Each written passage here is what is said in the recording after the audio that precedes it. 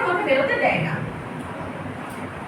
কিন্তু একটু যদি তোমরা পড়াশোনা করো, আর প্রত্যেকের কাছে তো গুগল সার্চ করার একটা অপশন আছেই, সবার কাছে স্মার্টফোন আছে, স্মার্টফোন বিহীন তোমরা কেউ নও এখন। তো স্মার্টফোন যখন আছে তখন একবার যদি তোমরা জিনিসটা দেখে নাও যে তোমার কি সুবিধা হচ্ছে। যদি একটা স্মোক করার জন্য একটা সিগারেট তোমরা নিচ্ছ, মিনিমাম সেই সিগারেটের প্যাকেটের দাম কত হচ্ছে, পার পিস হয়তো পড়ছে 6 থেকে 7 টাকা মিনিমাম পড়ছে। তো পার ডে সেটা কটা হয়ে যাচ্ছে যে 6টা খাচ্ছে, অনেক টাকা। এইভাবে যদি তোমরা হিসাব করতে যাও তাহলে তখন দেখা যাবে পার মান্থ যে অ্যামাউন্টটা পড়ছে, যে খরচটা তোমরা শুধুমাত্র সিগারেটের জন্য করছো, সেই পয়সাটা যদি তোমরা জমিয়ে রেখে একটা ভালো কিছু কাজ করো তাহলে বরং অনেক বেশি তোমাদের জীবনটা সুখময় হবে। কারণ অর্থ না থাকলে জীবনে স্বাচ্ছন্দ্য থাকে না, আমরা প্রত্যেকে জানি। কিন্তু সেই অর্থ উপার্জনের মাধ্যমটাও কেমন সেটাও দেখা ভীষণ ইম্পর্টেন্ট। কেউ কাজ করে করবে, মানে ডেলি লেবারের কাজ করে করবে, আবার কেউ চাকরি বাকরি করে করবে।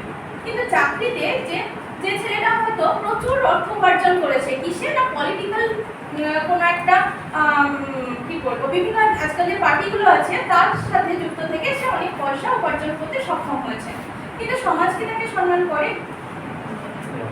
শিক্ষা যদি তার না থাকে, শুধু পয়সা থাকে, তাকে কি সমাজ সম্মান করে? তোমরা কি চাও, শুধু সম্মান, সরি শুধু টাকা পয়সা, নাকি সম্মান প্লাস টাকা পয়সা? সম্মান প্লাস টাকা পয়সা, যাতে একটা নিশ্চিত জীবন পাও। আর তার জন্য সেই জীবনে পৌঁছাতে গেলে তোমাদের একমাত্র অবলম্বন হচ্ছে এখন শিক্ষা। কিন্তু সেই শিক্ষা থেকে যদি তোমরা পিছিয়ে পড়ো তাহলে সর্বাঙ্গীন বিকাশ কিন্তু সম্ভব নয়। কারণ একমাত্র শিক্ষা সেই তোমাদের ডিসিশন নেওয়ার যে সক্ষমতা সেটা তৈরি করতে সাহায্য করে। একমাত্র শিক্ষা যে তোমাকে কোনটা ভুল কোনটা ঠিক সেই বিচার বোধ কাজে লাগাতে সাহায্য করে।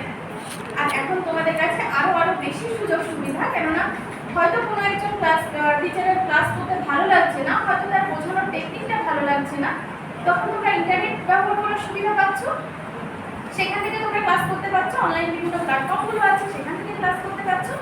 সুতরাং পিছিয়ে পড়ার কোনো জায়গা নেই। নিজেদের আমাদের সময় কি হতো জানো তো, একদম স্যারকে প্রশ্ন করতে যাবো, খুব রাগি, তাকে হয়তো আমরা কিছু বলতেই পারছি না। কিন্তু এখন টিচাররা অনেক বেশি ফ্রেন্ডলি, ঠিক বলছি? অনেক বেশি ফ্রেন্ডলি তো। আর সেই জায়গা থেকে তোমরা যদি কোনো কোশ্চেন করো তাহলে কি তারা তোমাদেরকে সলভ করবে না প্রবলেমগুলো?